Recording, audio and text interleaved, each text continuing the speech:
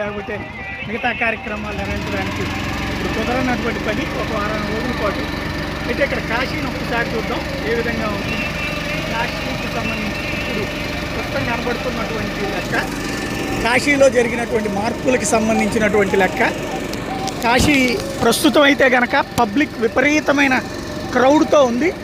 ఎక్కడెక్కడ జనం అందరూ కూడా నిండిపోతున్నటువంటి పరిస్థితి అయితే కనబడుతుంది.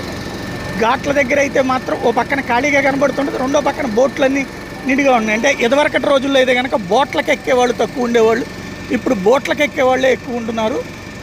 ఓ పక్కన నరేంద్ర మోడీ ప్రోగ్రామ్స్, ఇంకో పక్కన రాహుల్ గాంధీ ప్రోగ్రామ్స్, అఖిలేష్ యాదవ్ ప్రోగ్రామ్స్, వీటన్నిటి మధ్యన నిండిపోతుంటే ఇంకో పక్కన భక్తులు ఎండాకాలము సెలవులు కావడంతో ఎస్పెషల్లీ నార్త్ ఇండియన్స్ అయితేనేమో ఇక్కడికి వచ్చేటటువంటి వాళ్ళందరూ కూడా కార్తీక మాసం అట్లాంటి సందర్భాల్లో ఎక్కువ వస్తుంటారు, శ్రావణ మాసం కార్తీక మాసం సందర్భాలు.